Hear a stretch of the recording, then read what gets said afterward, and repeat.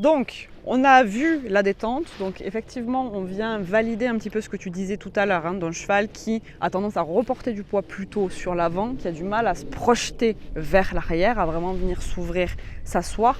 Toi un petit peu verrouillé à droite, lui un petit peu verrouillé à droite. Donc là on va essayer juste d'équilibrer un petit peu les charges. Ça serait le premier but du jeu. On ne peut pas, à l'âge qu'il a, lui demander de venir vraiment se poser sur ses postérieurs. C'est trop tôt, il n'y a pas la muscu qu'il faut, ça serait un petit peu prématuré. Par contre on peut lui demander de s'équilibrer entre ses 4 pieds, ce qui serait déjà pas mal comme objectif. Donc au niveau de ton matériel, si vraiment on s'occupe que de la partie comment est-ce que ça match, tu as 3 problèmes principaux. Que 3, j'aimerais dire. Non. Donc la première chose, c'est ton frontal. Je pense que tu t'en doutais un peu par rapport à la discussion qu'on a eue tout à l'heure. Ton frontal, la forme est bonne. On a ici effectivement cet évitement au niveau de la crête temporale. Ça c'est très bien, c'est parfait. Par contre, il est très souple. Le fait qu'il soit très souple, c'est ça en fait qui empêche ta têtière de venir rester ici où elle devrait être et qui l'amène un petit peu là. Ce qu'on va essayer de faire, c'est tout simplement mettre un frontal un petit peu plus rigide pour amener la têtière à être plutôt ici à sa place que devant dans les oreilles, tout simplement. Donc là sur ton bridon, typiquement ça serait la seule chose à changer, de mettre un frontal de la même forme mais qui soit un petit peu plus rigide pour maintenir la têtière. Sur le reste ça va bien. Là on peut remarquer, ça c'est très bien fait, il faut le souligner, les montants sont parallèles, il n'y a pas de montants qui se croisent ou qui se chevauchent, ça c'est très important. On est sur la face du cheval, c'est quand même des zones qui sont sensibles, donc on évite d'avoir les montants typiquement qui se croisent comme ça. On évite si possible de mettre toutes les boucles au même niveau, donc là c'est le cas, elles sont toutes en décalé, c'est très bien. Il faut essayer d'avoir cette configuration de manière générale sur son bridon. Le deuxième souci, juste lié à ton matériel, c'est sur ton mors. Donc ton mors a comme problématique principale que je ne suis pas certaine qu'il soit symétrique. Okay. Voilà, ça c'est la première chose.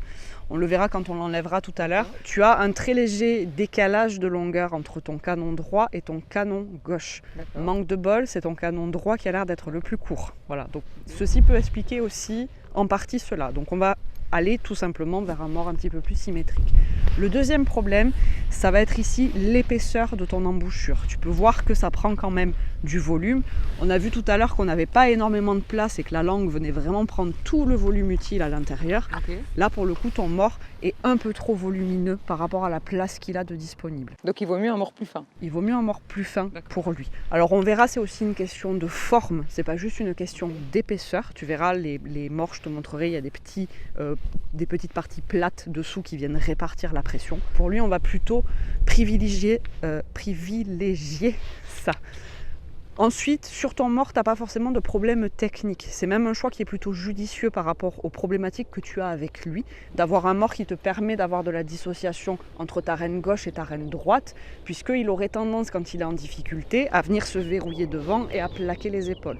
Donc c'est une très bonne idée de pouvoir le laisser s'ouvrir un petit peu sur les côtés et de travailler le latéral avec plus de souplesse. Dans les objectifs qu'on va avoir aujourd'hui, tu verras, on ira vers de plus en plus de mobilité et de plus en plus d'ouverture latérale. Ça va être un des objectifs. Le troisième problème dans ton matériel te concerne toi. Ça peut paraître paradoxal, mais c'est tes rênes. Tes rênes sont un petit peu larges, un petit peu encombrantes par rapport à la taille de tes mains. Tu as des mains qui sont courtes, qui ne sont pas forcément petites, mais qui en tout cas sont assez courtes. Tes rênes te prennent beaucoup de place. Okay. Il y a un phénomène qu'on ne contrôle absolument pas, qui est un phénomène psychomoteur, qui est que si on a les petits doigts qui ne peuvent pas se fermer naturellement sous les autres doigts, on a automatiquement les poignets qui basculent vers l'intérieur. D'accord. Si les poignets basculent vers l'intérieur, tu vois, quand j'ai fait ça, mes coudes automatiquement se sont ouverts. Si les coudes sont ouverts, automatiquement, mon thorax se ferme. D'accord. Réaction en chaîne qui fait que toi, au-dessus, tu finis par avoir un thorax légèrement fermé vers l'avant. D'accord. C'est pas dramatique, mais on est sur un jeune cheval qui a déjà tendance à reporter du poids vers l'avant. Donc autant que faire se peut, on va éviter d'en reporter à nouveau. On va partir sur des rênes qui ont un bon grip toujours, puisque tu es quand même cavalière de CSO de base. Donc on va partir sur des rênes qui ont un grip convenable, mais qui sont moins encombrantes dans les mains. Pour que tout simplement tu puisses fermer naturellement tes mains dessus, réaxer tes coudes au corps et redresser un petit peu ton haut du corps. Voilà vraiment pour la partie matérielle. Ciao.